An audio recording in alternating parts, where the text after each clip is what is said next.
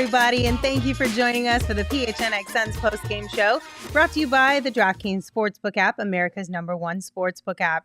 Don't forget to subscribe wherever you get your podcasts and leave us a 5-star review. I'm Lindsay Smith, here with Saul Bookman and Espo. Gerald Bourget will be joining us later on in the show. You guys, we get to celebrate on this Friday evening because the Suns won. They took down the Pistons 108-102. You sound surprised. And Deandre Ayton had himself a night. The purple I'm trying to bring the energy. The purple pants are 1-0. Let's go. Woo! Come on, Saul. Sure, yeah. Pick it up, Saul. I'm still trying to think of Espo trying to go to the beat of the song, but being completely out of rhythm. That wasn't the beat. That was just pointing. It completely mind-fucked me before we started. So That was me just pointing randomly. That wasn't to the beat at all. So I know everyone in the chat is already asking about Jock Landale. We will get into that. But first, let's go into our 3 points. Saul, you want to start us off? yeah, so the first part of my 3 points is good but not good. 9 minutes. 9 game minutes of action from the 2-minute mark of the first quarter to the 5-minute mark of the second quarter. That's how long Deandre Ayton sat on the bench, despite the fact that he was playing great basketball. We'll get to it in a little bit, but that is shameful.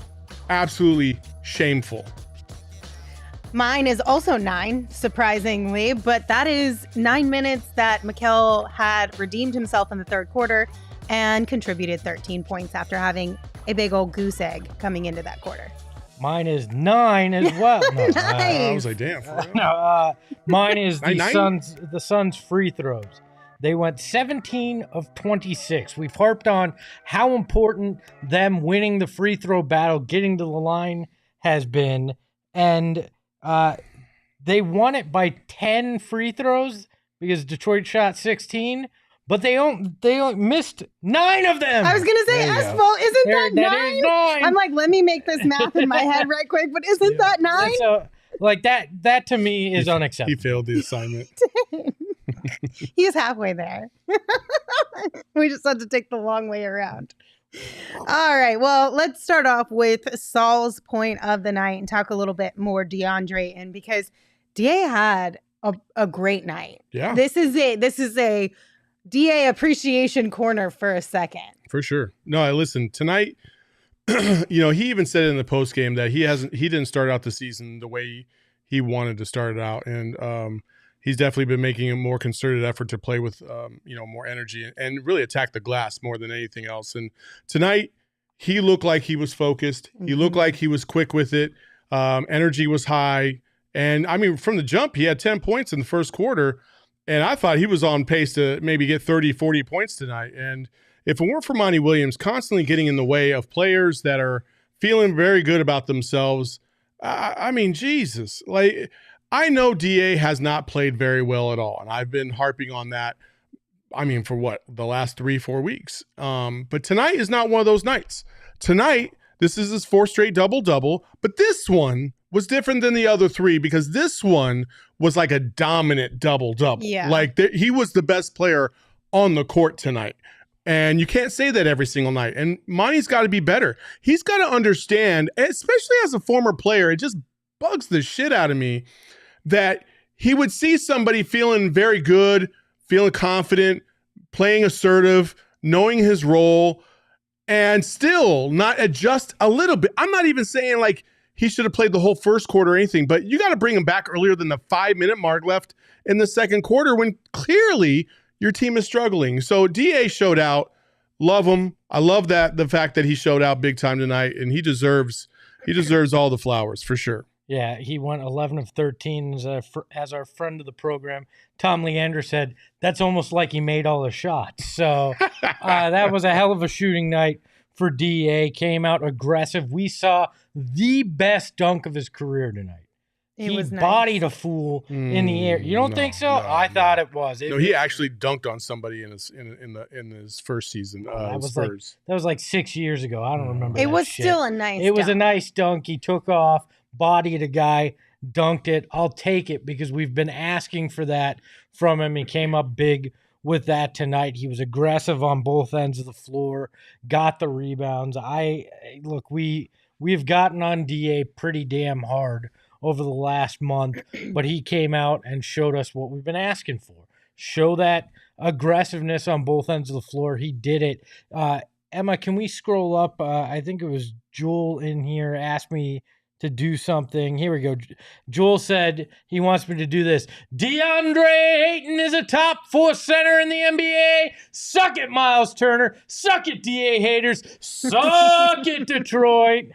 So that's for the people. For the people. You're a man of the people, Espo. But so going back to your point about Monty and just that 9 minutes that he held DA out between the first and the second quarter, we've seen before this season, we've seen DA come out hot, go sit on the bench for that same amount of time, and then completely cool off and not be able to come back and find his rhythm until either way too late in the game or if at all. What? Thankfully, tonight, he was able to do that because when he came in the second quarter, he had those 5 minutes left in the second quarter. He only had 2 points. But then he came in the third quarter and he had his rhythm already in the groove, which was great. But we have seen moments where he isn't able to find that rhythm again.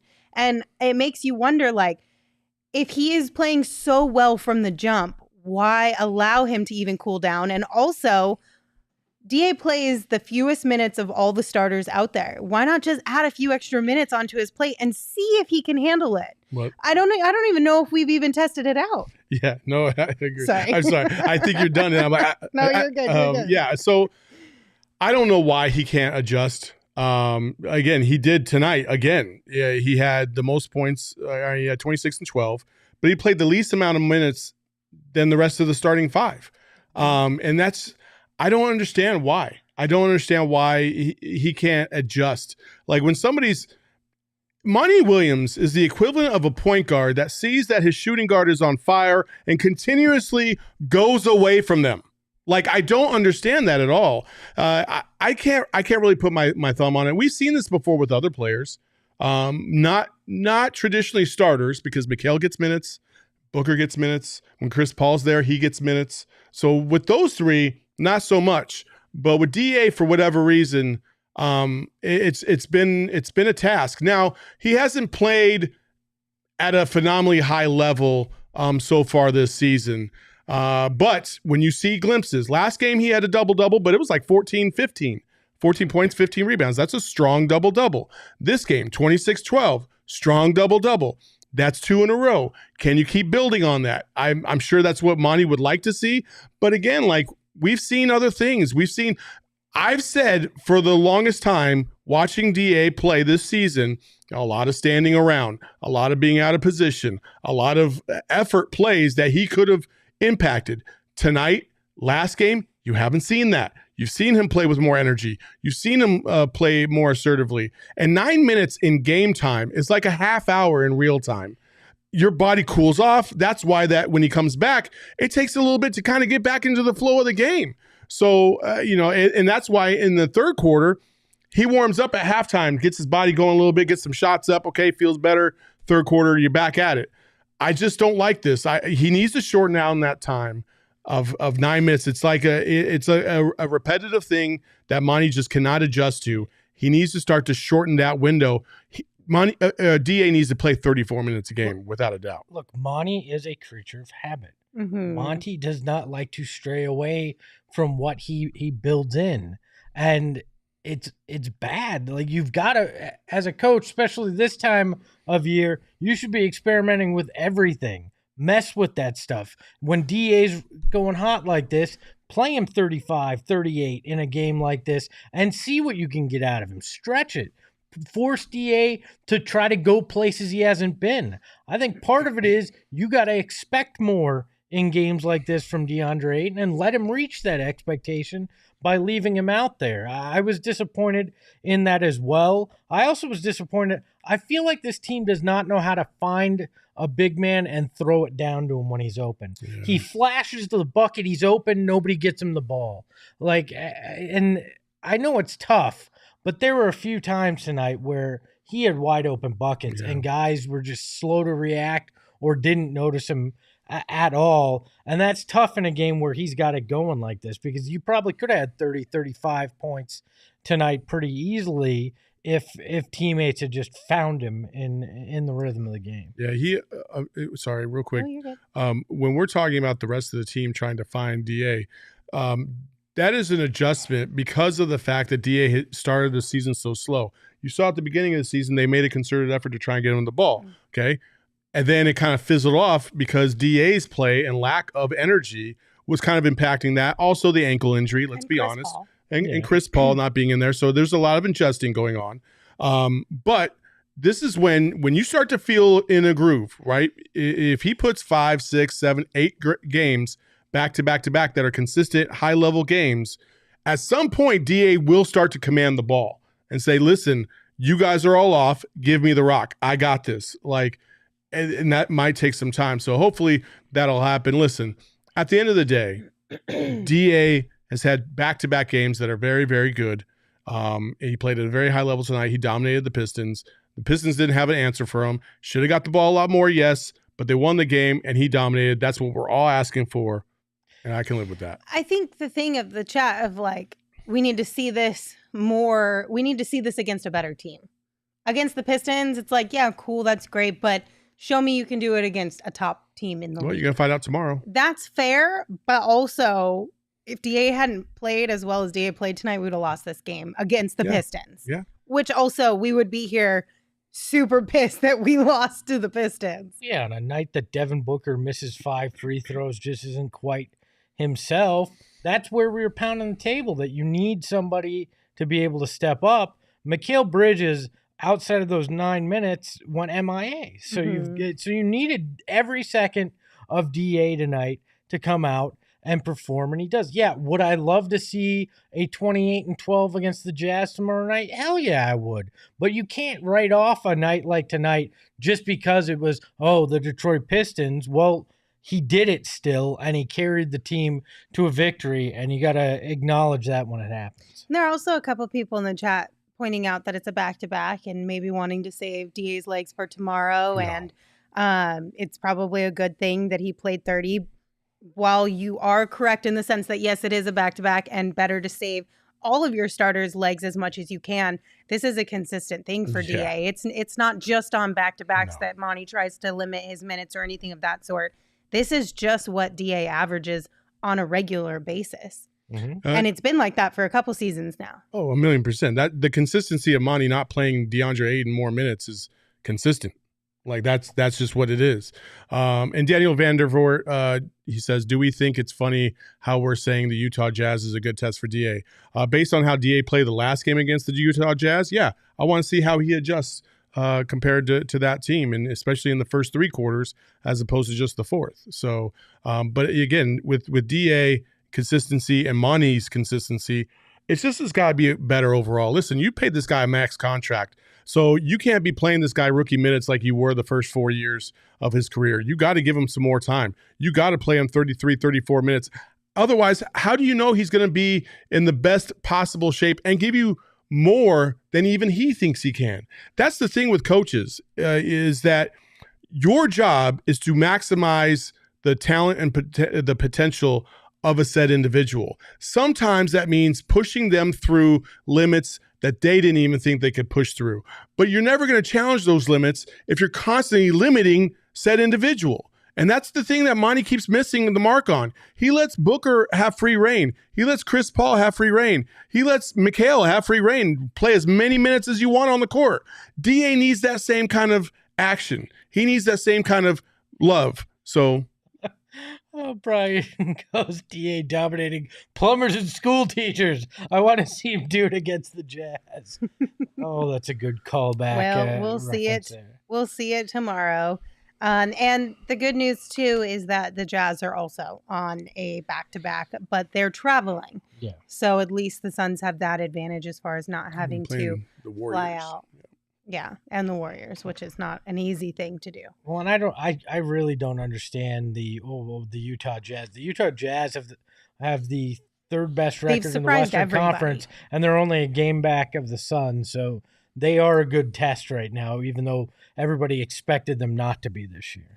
Hey, you know what? We do still want to see consistency, and we want to see more from Deandre Ayton, but I will take what we can get. This is a good start. Hopefully he can build upon it tomorrow.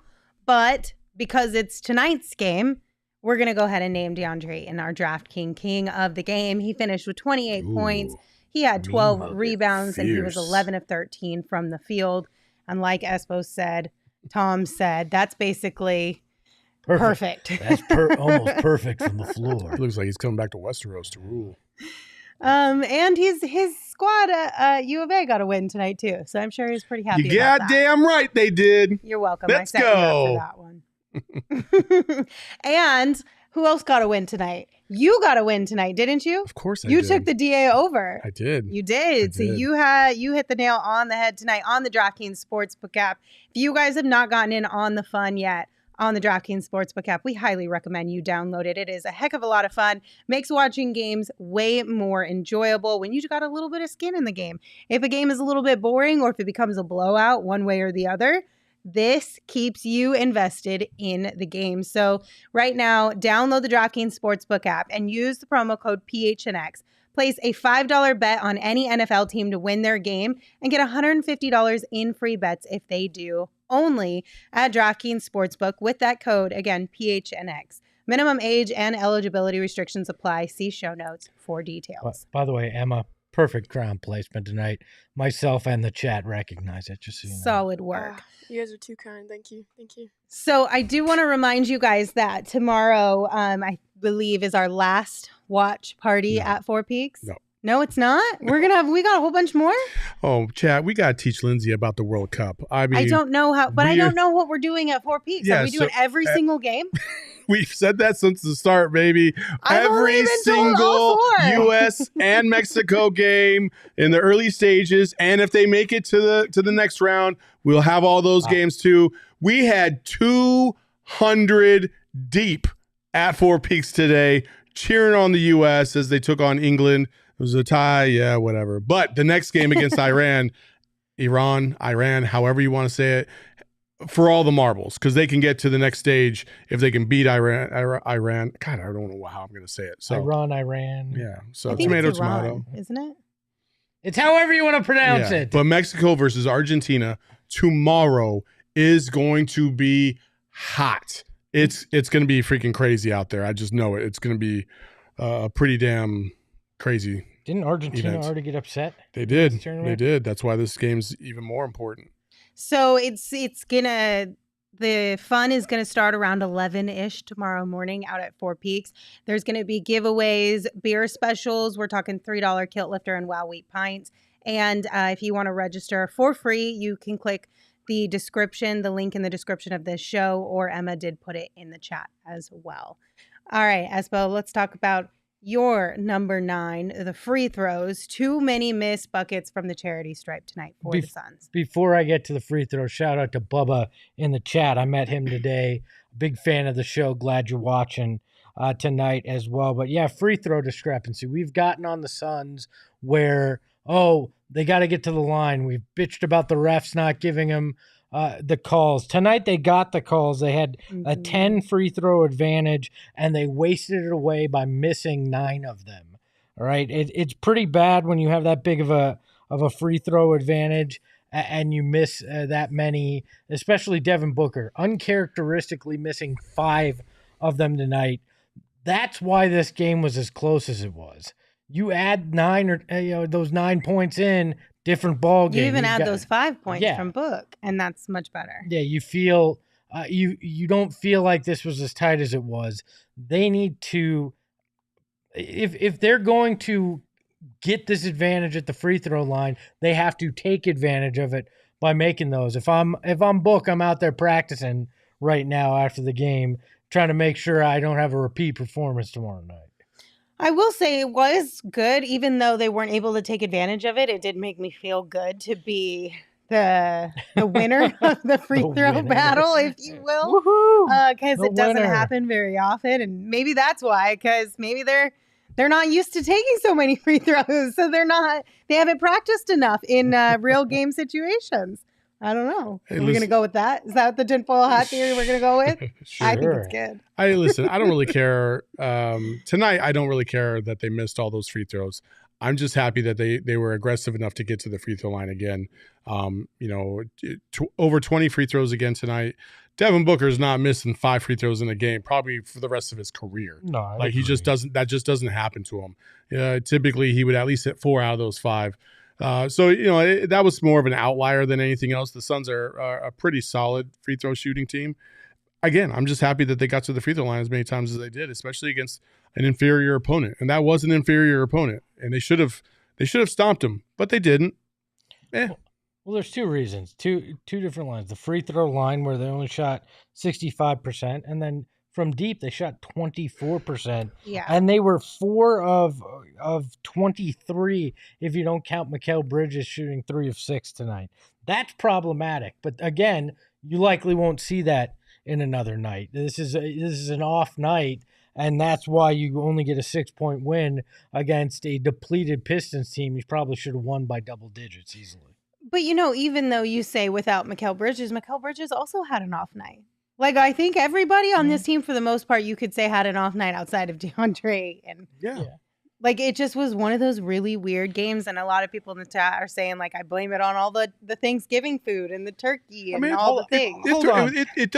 Listen, I know what you're about to say, Espo. It does throw your rhythm and your routine off a little bit when you have such a big organized event that focuses around food so much. Like, it could throw off the algorithms within your body or your body rhythms or whatever they call them. You know what I mean? Like, I could see how it throws you off a little bit, just enough to have Devin Booker miss 5 free throws. And Mikal Bridges to have a goose egg going into the third quarter. I'm sorry. Horseshit. Because Detroit did the same thing. They got together and as a they team. traveled. They catered They did food. not. They did not do the same thing. It's different when you're at home, surrounded by your family, friends, tons of food. Like, it's not. I guarantee they catered a giant Thanksgiving. Yeah, and they spread probably for just that grabbed team. one plate and went back to their room. I'm sure they ate all together. No, it's and different did when the thing. Auntie is freaking coming into the kitchen and say, "Hey, eat this, baby." You know how? Okay, listen. You could have. I think that's a crap excuse. I do think it's a crap excuse, but I get my it. ass here to do work today, And you're I'm telling me getting you're not shit tired? done. No. First of all, Yesterday are we talking about high performance athletes and Espo in the same fucking sentence? Look, my whole point is just it's crap. They both teams went there and you know what? It's different. No, you know what also they got to do? They got to sleep in their own bed. They didn't have to get on a plane and fly here. Any of that bullshit that Detroit had to do. Yeah, but That's a goddamn excuse. They had to deal with all the families, all the Whatever. extendeds coming in, everybody Whatever. wanting your attention, all the Nobody mindless cares. conversations. Deviled eggs hit different at home. I'm just gonna say it like that. God. Everyone What a knows lame we love our excuse. families, but they can be exhausting during the holidays sometimes. Speaking as someone who had to play tournaments around Thanksgiving, I would know there's a little bit of a drop off when you eat at home. I'm sorry, this is true. Whatever. What's that? Yeah, Oh I my forgot God. how high school basketball is just like the College, NBA buddy. too. College. You play like 5 minutes in college before you hurt your knee. Bro, check the record books, bro. I'm not even gonna validate that with a response. What was it? Half a season? Like, Juan in the chat said, or we could just give the Pistons some credit. No. I mean, yes, they did do a decent job tonight of hanging in there with the Suns and giving them a little bit of a run for their money, especially being as shorthanded as they were. So I will give them some credit, but we're not going to give them that much credit, okay? Sam says Espo likes to remind us he's the same age as Chris Paul, so I think he is an athlete. I'm only the same age as Chris Paul for another 5 days, so I can only do that for the next few games. Uh-oh. We got a birthday coming up, everybody. Stay tuned. See, everybody in the chat knows. Auntie's saying you need an extra helping of her potato scallops. It's true. It's true. Absolutely It true. is. It absolutely is Whatevs. true. And then you wake up the next day and you always have leftovers. Always. You can't not have leftovers. It Eli just is wants what to it see is. us go one-on-one. I don't think that's good for anybody In involved. basketball? Juan, I know what you said, but I'm not going to read that. So kudos to your cleverness, though. All right. So our third point, Mikal Bridges. Mikal Bridges must have had some of that. What is it? Chris Paul's special stuff in the locker room. Secret stuff. Is it secret stuff? Thank you. at halftime because he came out in the third quarter and it was like a switch had been flipped. Mikal was off all that first half. He had, like we said, he had 0 points heading into that third quarter, but he went on to have 13 points in 9 minutes. And then we finally got a little bit more of the Mikal that we're used to. We were seeing him show up a little bit better defensively as well. He was in positions where he needed to be, which in the first half kind of seemed a little bit slow on some of those things. So shout out to Mikal for sticking with it. I think that's the biggest thing here is that we know Mikal's probably going to have some ebbs and flows as he's trying to take that next step. But I am proud that he didn't get too down on himself to where the whole game was just an L for him. No. He turned it around, and that's a positive. I mean, DA on the post game show with Bally's literally said just that. He says one thing about Mikal is he never, ever, ever dwells on the negative. He just keeps going. He doesn't care. He just keeps going. And that's the great thing about Mikal Bridges is like you can tell that like he's just an individual that tries to stay as positive as possible. And tonight he knew when to take good shots. He didn't force up bad shots. Every shot that he took for the most part was a good shot. He just was missing them. And so he just kept sticking with it, making small adjustments, trying to think about what you're doing wrong. And then it started to fall. And that's obviously the best thing that could happen for the Suns. But really, that 9-minute stretch there, those 13 points, that's the difference. You know, that him coming alive there was just enough to help get this team over the finish line and give them that separation that they needed. Because up to that point, it was really DA and Payne that gave you anything. And in that 9-minute stretch, Mikal gave him enough that helped him out. It was good to see that.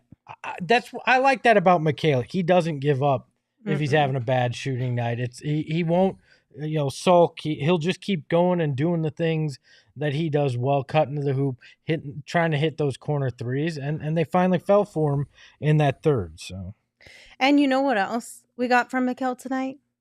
The most precious moment pregame where Mikal and DA and was it Dwayne Washington Jr.? I believe so, yeah. Dancing with a little kid courtside.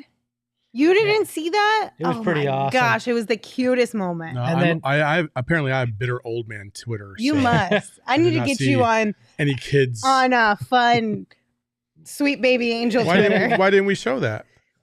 Because I don't know. I didn't think about that, to be honest. Because Lindsay didn't send it to Emma. That's why. I didn't really think about it. You didn't see that? Oh, we have a live stream. Well, I did. I wonder how many of these people saw it. I pointed it out when we were sitting there pregame right before it started. I was like, look how cute this is. Lindsay, like, again, I told you a million times with my ADHD. I know, you tuned me out. If you don't say Saul and then say whatever it is that you say, I probably am not paying attention. You know, I also liked right after that, DA took a picture with the kid, tossed him the ball, and had the kid throw him the pass before he took his half-court shot there. So overall, I like that this team isn't too full of itself, that it still is willing to interact with kids that way. Even Book, you see him signing autographs and stuff before the game.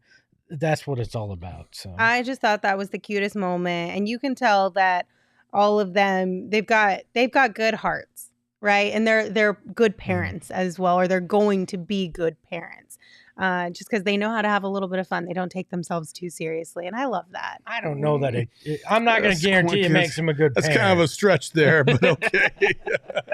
I mean, I love kids too that aren't mine, and I can just, all right, go back to your mom or your grandparents or whatever. I suppose, but dad. Maybe not. I don't know. Whatever. I'm trying to be on the positive side here, so I'm going to lean into it and say that they'll be if they're not already. Did you see what Code said in the chat? Apparently on Instagram, people are killing the Suns, calling them corny because of it.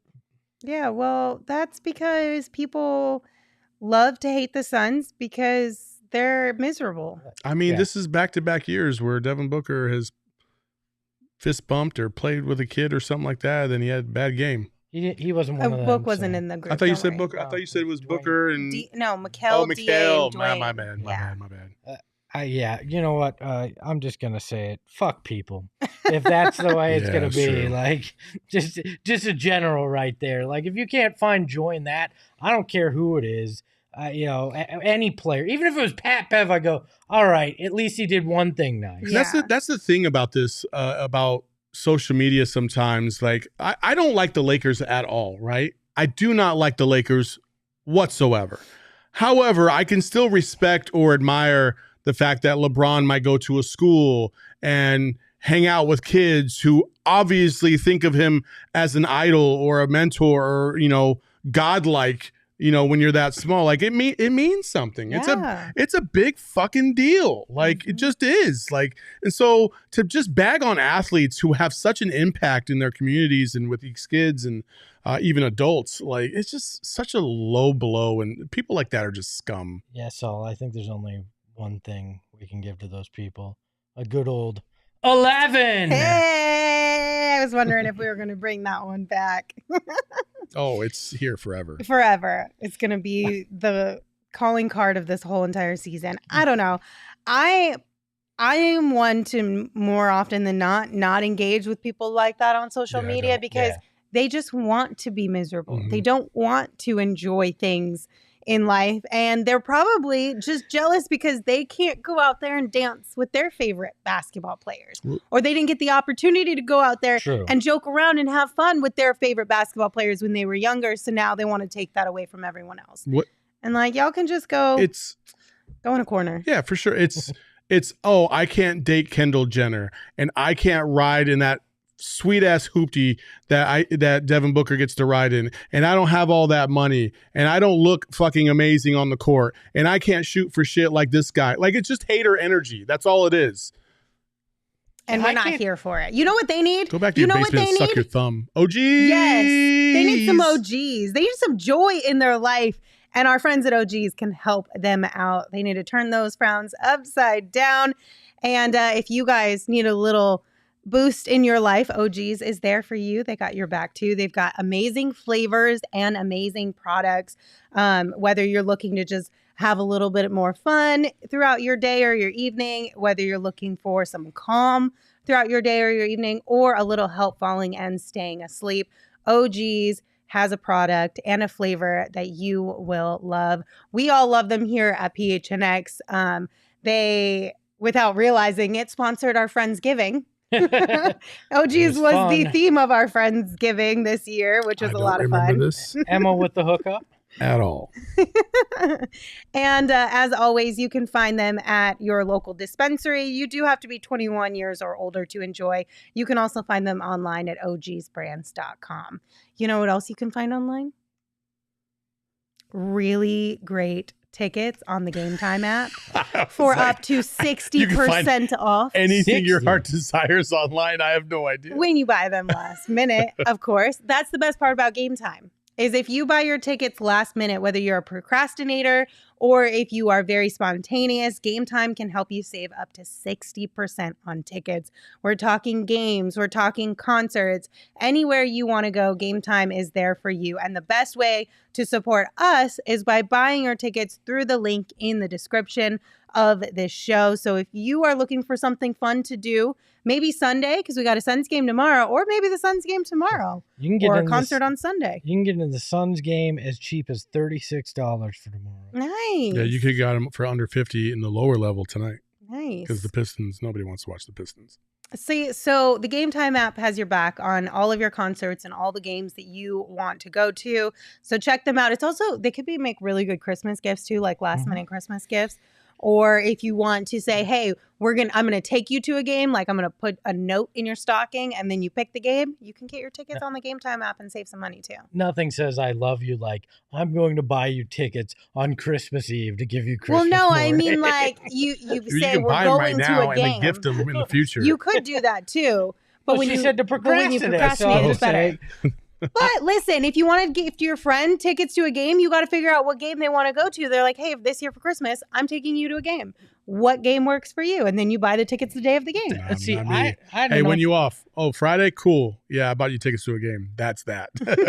Look, I had an uncle that would not buy a gift until Christmas morning.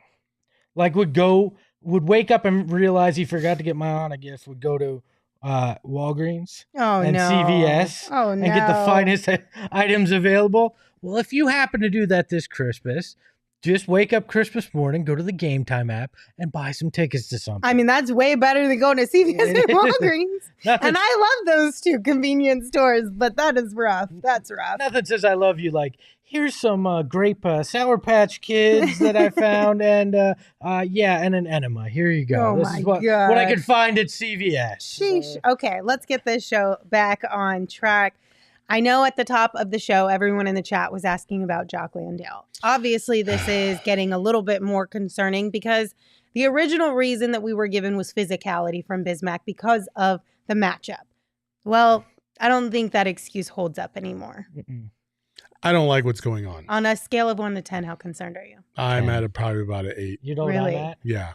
An 11 for Jock. Yeah, I'm at about an 8 because you're playing inferior teams, and the Lakers were an inferior team, the Pistons were an inferior team, and Jock Landale can't get any minutes, like not even 2, like what, because of Bismack. You know what Bismack brings. He's not going to change. Right. He's going to give you energy. He's going to block some shots, might give you a dunk or two, and that's about it. Like but Jock has more potential. Jock is a better all-around player. I don't understand it at all. It's concerning to me because I think the fan base really started to fall in love with Jock. But Monty, again, just is showing that he don't give up about what we think. And Jock has a lot more to learn, too. Mhm. If you plan on relying on Jock whatsoever in the postseason, he's got a lot more to learn than Busy does. Well, and what changed? Like, all you did was praise him. Then you made him your backup center. He went out there and he performed. I'm getting choked up here. He went out there and he performed. And I don't know what all of a sudden changed so much that you pulled him. I mean, his teammates love him. He went out there and did what you asked. He even started some of these games or played significant minutes, not started, when DA was out. Like, why all of a sudden? Did something happen? Is there something more? Or is this Monty simply messing around with his rotations for the sake of messing around with the rotations? So I know when Gerald gets here, we'll get even more information from him, but I do have a tweet from him regarding this situation. He said, Monty Williams now says it has nothing to do with matchups in regard to playing Bismack Biyombo over Jock Landale. Said it's just where the Suns are right now. It's tough to play 3 bigs, and Biz puts pressure on the rim. Do you think, because we also had Daniel in the chat say, do we not think Busy fits better defensively?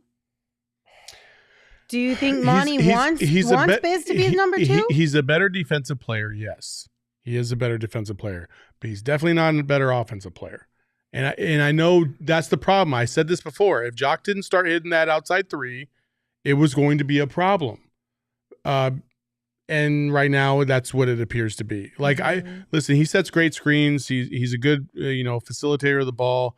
But Biz doesn't do anything outrageous to cost him on that side. So what separates them is the defensive end versus the offensive end. And if Jock isn't giving you, the ability to be more flexible on the offensive side, then he's going to lose ground to Bismack. But shooters need to shoot to get out of slumps. So sitting him isn't going to change that if that's what the difference here is. And why can't you find some minutes? If you're going to sit DA as much as you do, there's got to be a way to work him in the rotation if you want him in there. I also don't like that Monty point blank lied, obviously. Yeah. Originally that it was matchups, and now it's like, yeah, it's not matchups. Like, why not just be upfront about it and be like, hey, he's fallen out of the rotation right now. Bismack's been doing X, Y, and Z better. Like, what's the secrecy? Yeah, I don't, even as a coach, like, you could still be like, well, I think Jock is working through some things, and we continue to work with him to try and get him back on the court because we love his game. But right now, Bismack is just a better fit, right? At the moment. Like, cool. That's the end of the discussion, and we move forward. And that's the talking point for. But because Monty set it up as, oh well, matchups. Now we're asking about it every single game, right? When he could have just squashed it at the beginning because Monty is just, I don't know, in his own freaking world. I just. Really irritating. Or even if you don't want to give like a legitimate answer, even just something as simple as what he said tonight, like, hey, we've got 3 bigs. We're trying to get some play for each of them. and just chalk it up to that. We're just trying out something new. We're trying to give Biz a little bit of run over here. And if it's the 3-point shooting, just tell Jock not to take threes at the time. Like, he plays offense just as well as Bismack, I think. Or just admit, it's defensively. We just want Busy to play defense out there. He's not, that's what we're looking for. I don't know. You couldn't get much more than you got from Jock when you put him out there. Yes, could the threes have fallen? Sure, but I don't get it. Monty is very weird with his rotations, and this is just another one of those idiosyncrasies that come up. It is interesting, though, when we brought up this conversation, how split the chat kind of is around it. There's a lot of people who are like, Jock's not really that great. Why is this even an issue? And then there are a lot of people who are like, Jock is too good to be putting on the bench. Is this just because we haven't had enough of either one? Or is it just because both of them have really great personalities and are easy to like and cheer for, and you just kind of end up falling into, this is my guy? Well, you saw the potential of Jock, and I think that's what everybody was hoping to see him more for. We saw that at the beginning of the season. He had some pretty good games, and you felt like, okay, well, this guy's just scratching the surface. I mean, hell, this is only his second year in the league, for crying out loud. Like, there's some growth and development, and I wonder if the Suns see that too, and won't just hang up the phone on him, because I don't think he deserves that. I think he still has a lot of room to grow, and I think if you just give him some more opportunities, he will grow into this role. But right now, they very much are like, okay, well, things are a little unstable, which I do understand. With Chris Paul, Cam Johnson being out, things were a little bit kind of haywire-y. Monty opted for more stability and more certainty than he did trying to let a guy kind of work through his game. And so I'm hoping that as the season goes on, we start to get some of these pieces back. You have some more stability around a guy like Jock, and you can put him back into the lineup to kind of facilitate that growth. But at the moment right now, clearly Monty does not see that vision, and he feels more comfortable with Biz. Well, I mean, we even saw this with Frank Kaminsky at times, where he would play well and then he'd just fall out of Monty's rotation. We saw it with Dario when he was healthy. He'd play well, he'd fall out of the rotation sometimes. Monty, I don't know if he just gets kind of falls in love with the idea of certain guys at times and plays them until he's like, I'm in the mood for something different out of my backups. But it feels like some of these, 7th, 8th, 9th guys on the roster will go with these ebbs and flows that'll happen. Like Josh Okogie didn't play. Now he's getting burned lately. The last, 3-4 games, we've seen him get minutes. Like, I don't know if this is just that early season, got to try to feel things out that Monty's going through. Eli said 2 words, Aaron Holiday. But the thing is, and I'm a little nervous about that as well, but Aaron Holiday didn't even really get that much of a chance. Not early on. Jock got way more, I feel like, of a chance than Aaron Holiday did. Yeah, I agree. And I think he showed himself better than Aaron Holiday did when Aaron did get the chance at times. Maybe in practice, because they were talking about Jock in practice far sooner than they were talking about Aaron Holiday. They were talking about Jock in training camp as being the surprise of training camp and how great he looked and that he won the backup center job. And then he came out and he played pretty good backup center. Like, that's what I don't understand. Aaron Holiday came in and they're like, oh, he doesn't know the playbook. And then that became the battle cry with him was, oh, he doesn't have the playbook mastered. So you'd see flashes of him late in games where it was garbage time minutes. That's the difference to me here is Jock came out the gates, did what you asked, and then fell out of the rotation.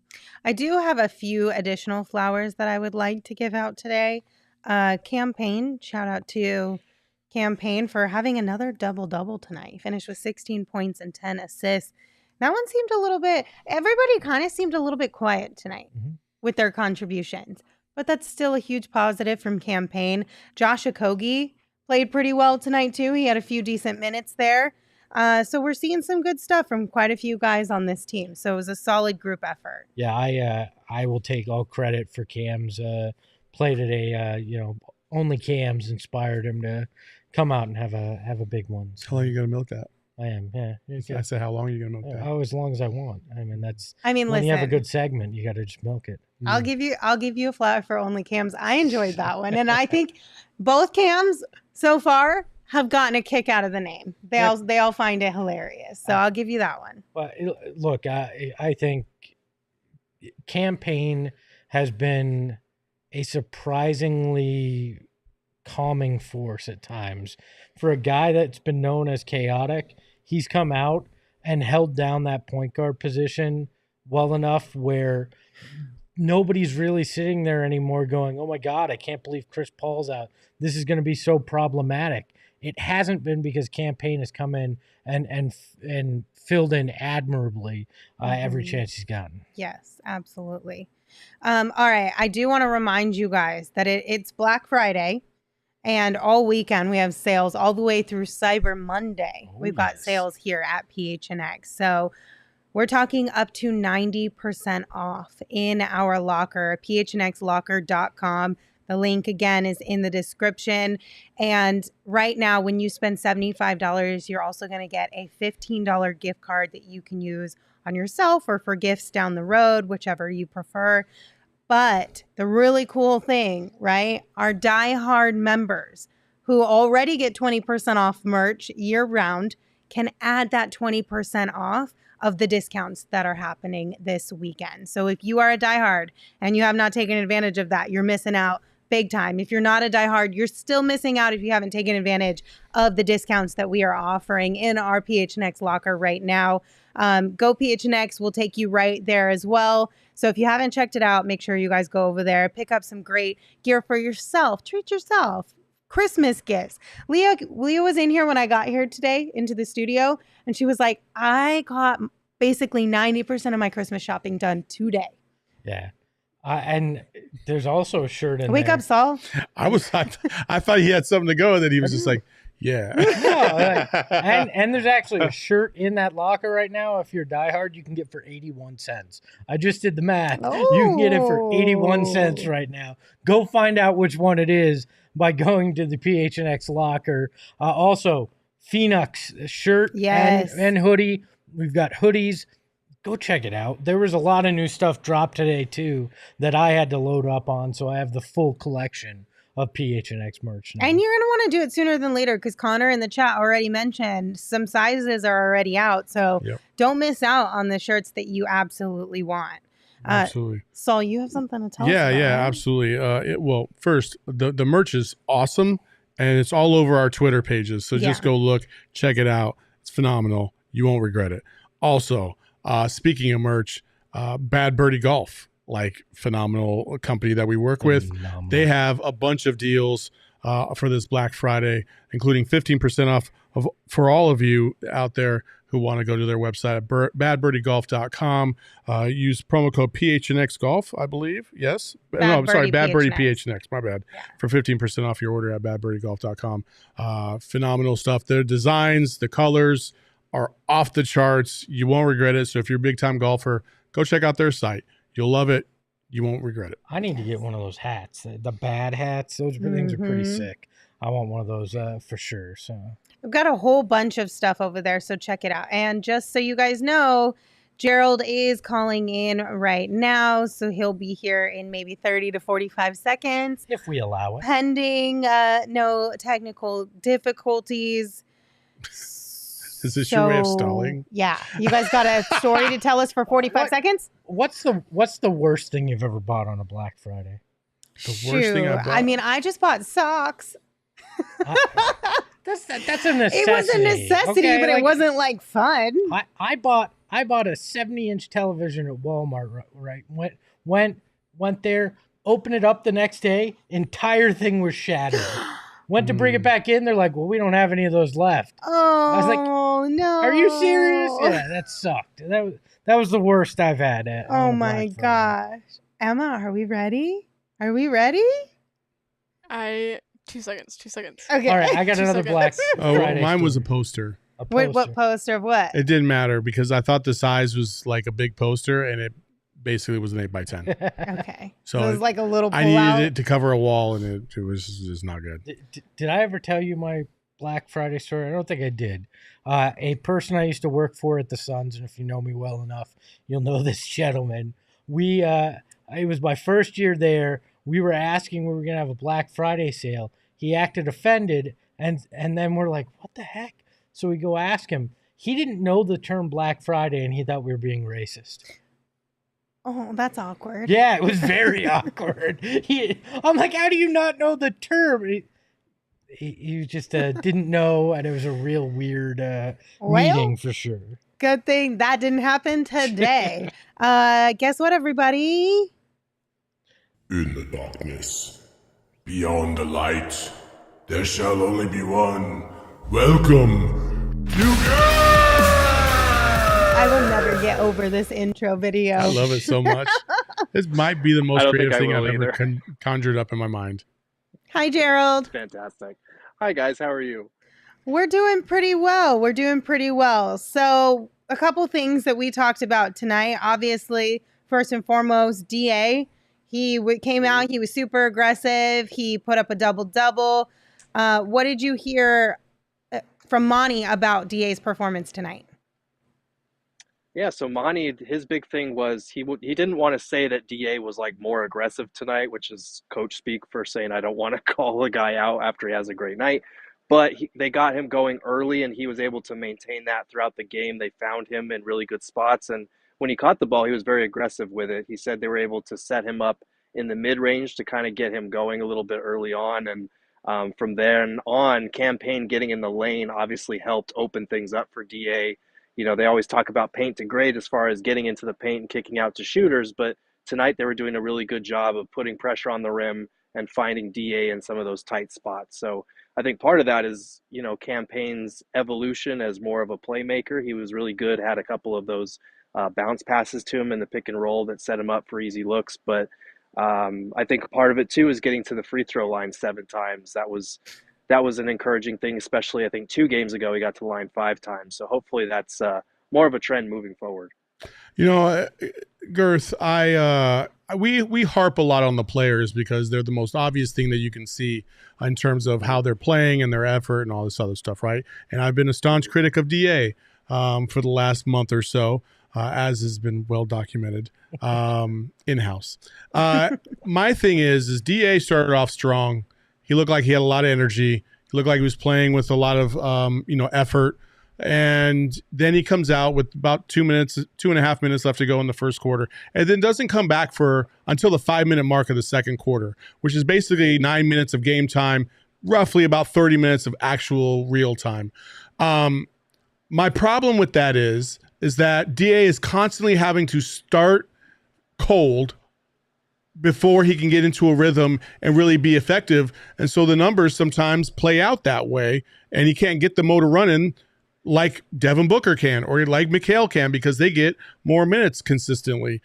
Is this something to where we should be talking more about Monty and his lack of flexibility and really as a player's coach, quote unquote, understanding when a player is feeling pretty good on a specific night and maybe shifting the rules a little bit or shifting your rotations a little bit to accommodate better performance from a player?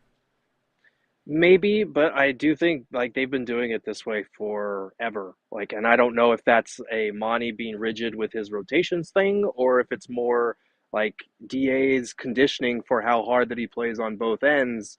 He's not designed to play those heavy minutes that Book and Mikal Bridges do. And not a lot of guys in the league, to be fair, are designed to be playing, 37 to 40 minutes every night like these guys sometimes do.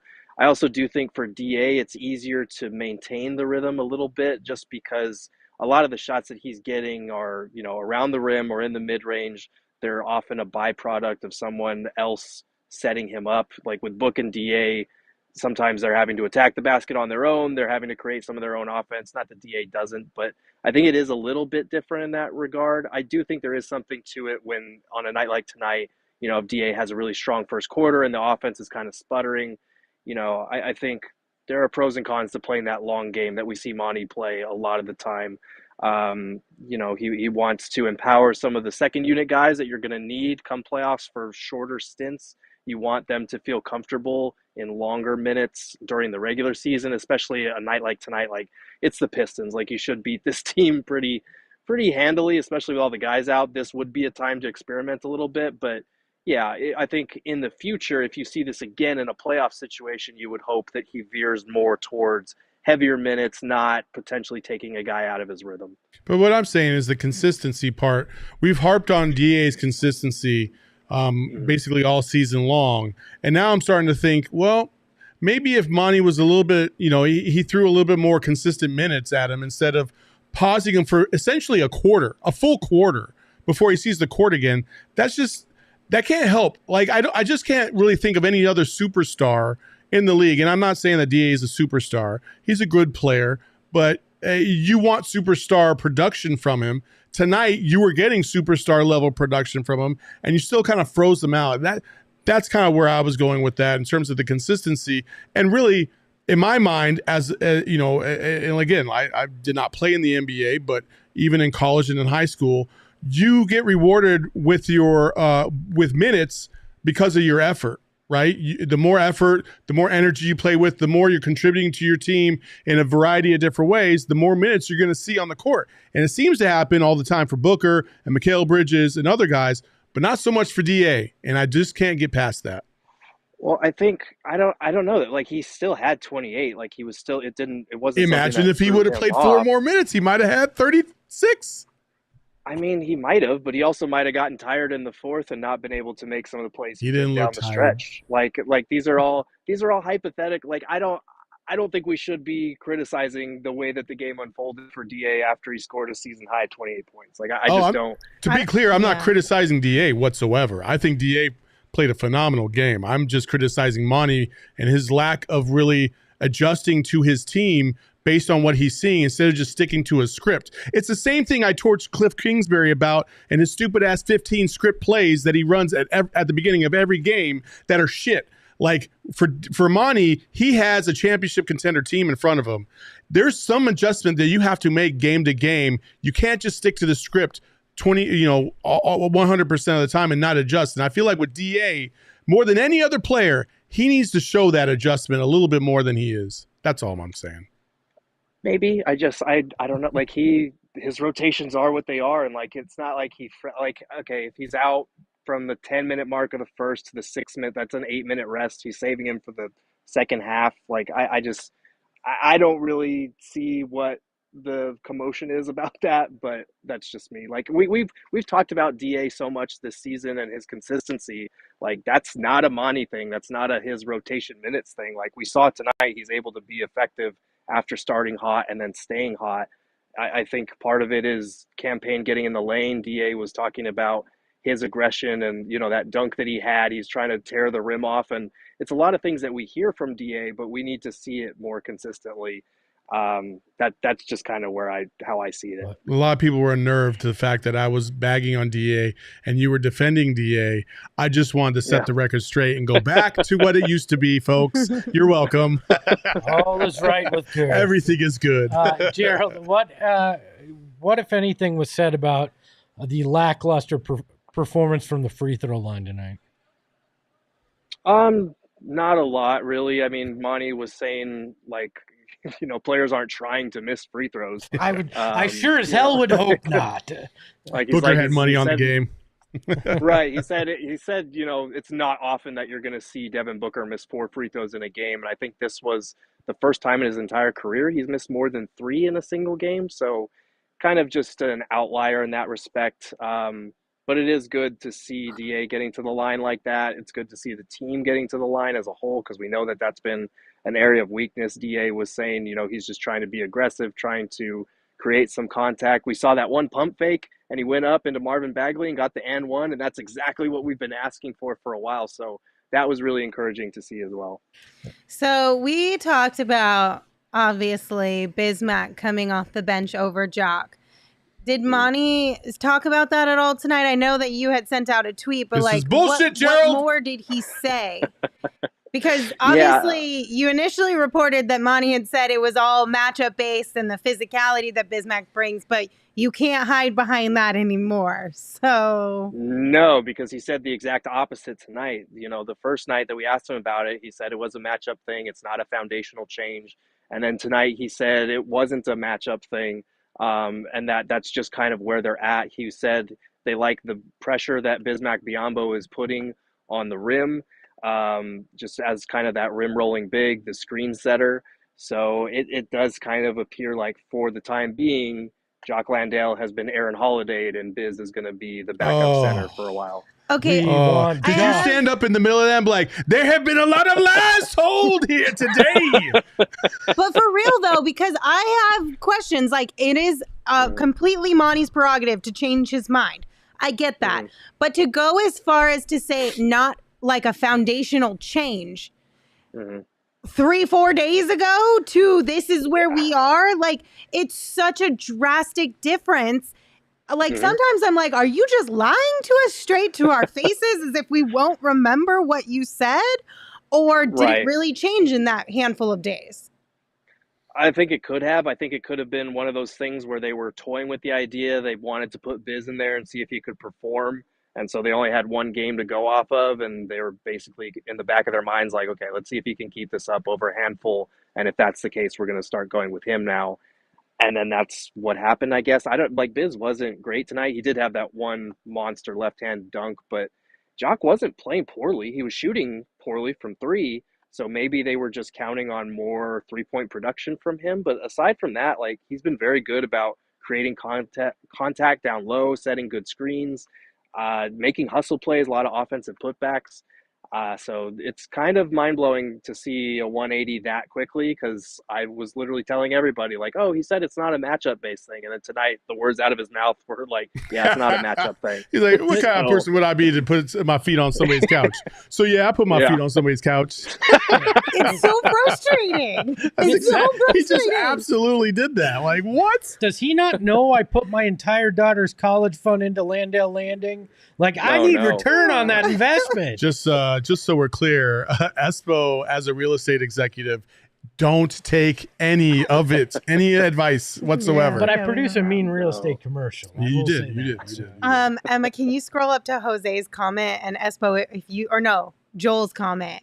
And if you don't sing that right now, Espo, I'm going to be so disappointed in you. I don't even know what the fuck I don't know the song. It's a Katy Perry song. Monty is hot and he's cold. He's yes and he's no. He's in and he's out. He's up and he's down. I'm so disappointed in you. He's wrong and he's right.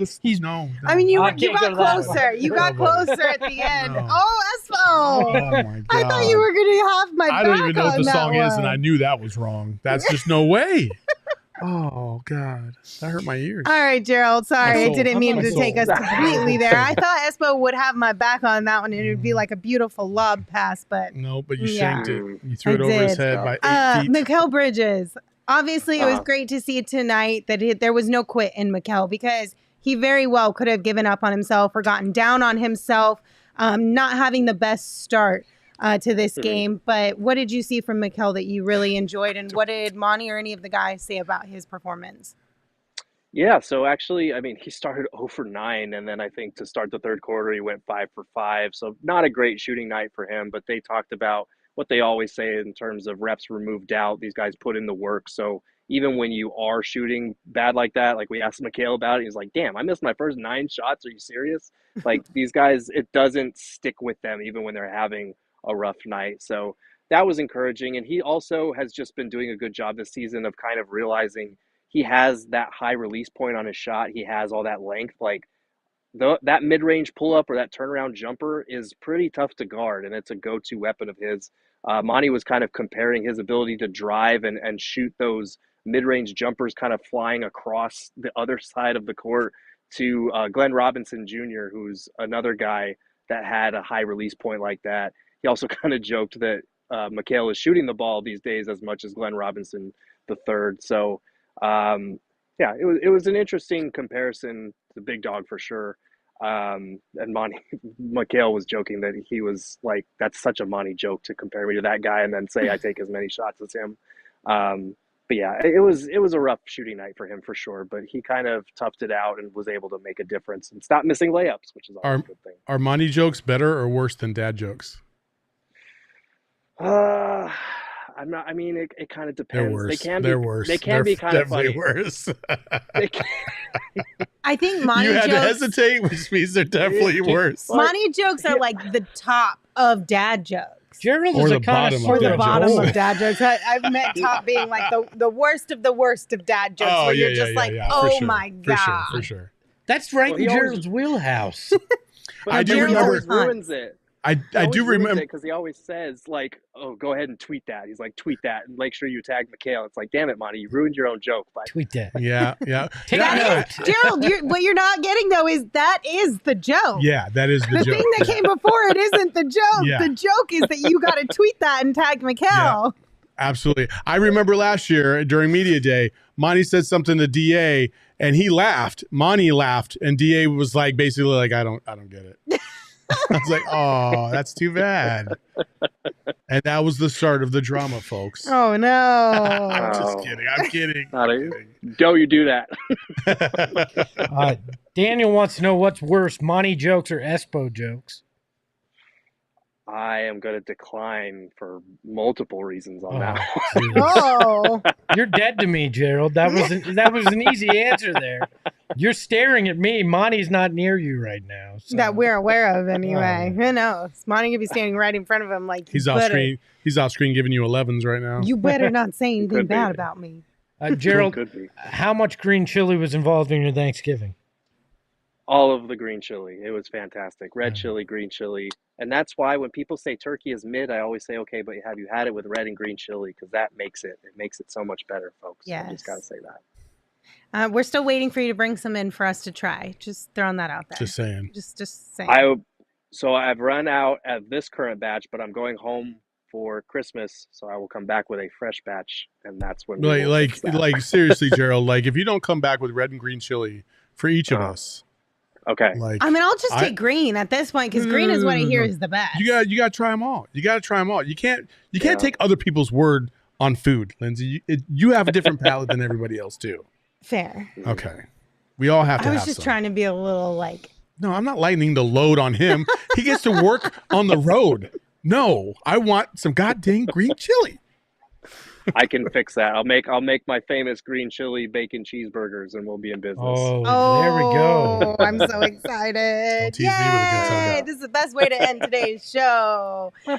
Gerald, was there anything else that stood out to you that was shared after the game that you feel like we need to know about?